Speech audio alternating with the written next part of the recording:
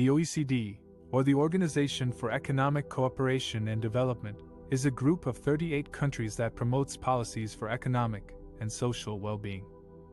The OECD regularly publishes reports on the economic outlook of its member countries and other major economies. In its latest report, released in June 2023, the OECD has marginally raised India's GDP growth forecast for FY24 to 6%, from 5.9% estimated earlier. This means that the OECD expects India's economy to grow faster than it had previously predicted. But what are the reasons behind this upward revision? And what does it mean for India's economic recovery from the pandemic? According to the OECD, one of the main factors that contributed to the higher growth forecast for India is the improved global conditions.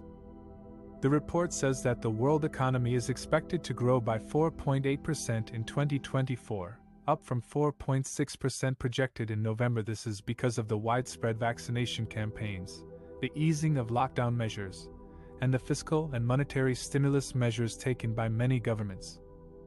The OECD also cites the monetary policy easing in India in the second half of 2024 as another factor that boosted its growth outlook for the country.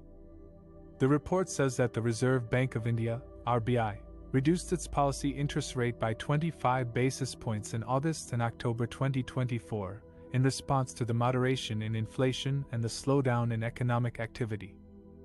The report adds that these rate cuts helped to lower borrowing costs for businesses and households, and supported credit growth and consumption.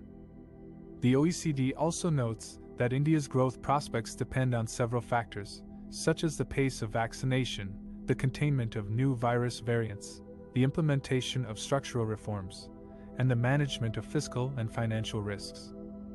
The report warns that India faces challenges such as high public debt, rising non-performing loans, social inequalities, and environmental issues.